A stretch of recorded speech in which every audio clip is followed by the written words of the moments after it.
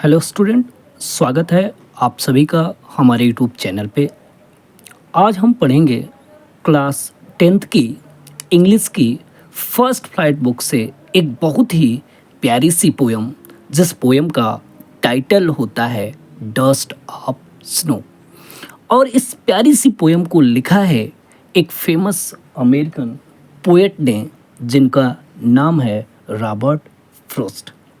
Student, ये poem केवल 8 lines की हैं और ये पोयम जितनी ही शार्ट है, इसका इम्पैक्ट उतना ही बड़ा है। पोयम स्टार्ट करें इससे पहले मैं आपको ये बता दूं कि इस पोयम के माध्यम से जो पोएट है वो ये बताने का प्रयास कर रहा है कि जीवन में नेगेटिव एलिमेंट भी पॉजिटिव इम्पैक्ट डाल सकते हैं। बिना देरी किए स्टार्ट करते हैं इस प्यारी सी और छोटी सी पोयम को। पोयम स्टार्ट होती है, the way a crow shook down on me the dust of snow from a hemlock tree. The way, जिस प्रकार से, एक क्रो, एक कौवे ने, यानी जिस प्रकार से एक कौवे ने, सूक डाउन ऑन मी, मेरे ऊपर गिरा दिया, द डस्ट ऑफ स्नो, बर्फ के कुछ छोटे छोटे कण को, फ्रॉम ए हेमलॉक ट्री, एक हेमलॉक के पेड़ से। यानी शुरुआती लाइनों में जो पोएट है वो ये बोल रहा है कि जिस प्रकार से एक कौवे ने मेरे ऊपर बर्फ़ के कुछ छोटे छोटे टुकड़ों को एक हेमलॉक पेड़ से गिरा दिया, has given my heart a change of mood.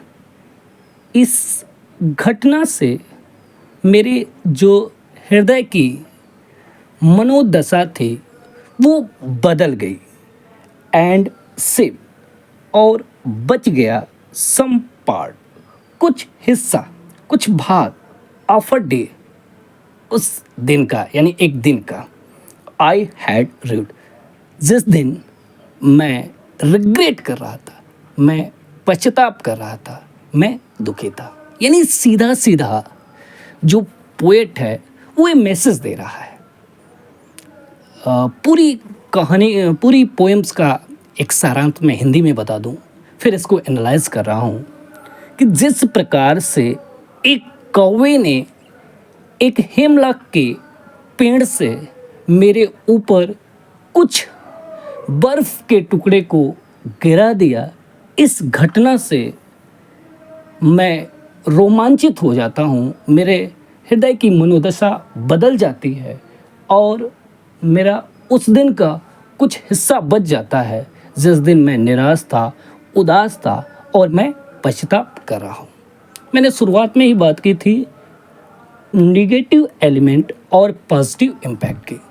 तो शुरुआत में जो इस पोएम की 4 लाइनें हैं, उसमें 2 निगेटिव एलिमेंट, एक तरफ एक क्रो जिसको अशुभ माना जाता है और दूसरी तरफ हेमलॉक ट्री जिसको एक पॉइजनियस ट्री के रूप में जाना जाता है। यानी ये 2 नेगेटिव एलिमेंट है और लास्ट के जो 4 लाइनें हैं उसमें इसका पॉजिटिव इम्पैक्ट बता रहा है कि इस घटना से वो रोमांचित हो जाता है।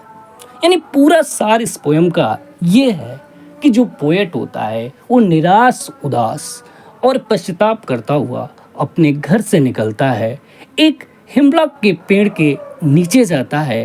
हेमलॉक के पेड़ की शाखा पर एक कौवा बैठा होता है और जिसकी मूवमेंट के कारण कुछ उस शाखा पे जमी हुई बर्फ इसके ऊपर गिर जाती है और उससे इस घटना से उसका हृदय परिवर्तित हो जाता है, वो रोमांचित होता है और उस दिन का कुछ हिस्सा बच जाता है जिसमें ये निराश, उदास और पछतावा कर रहा था।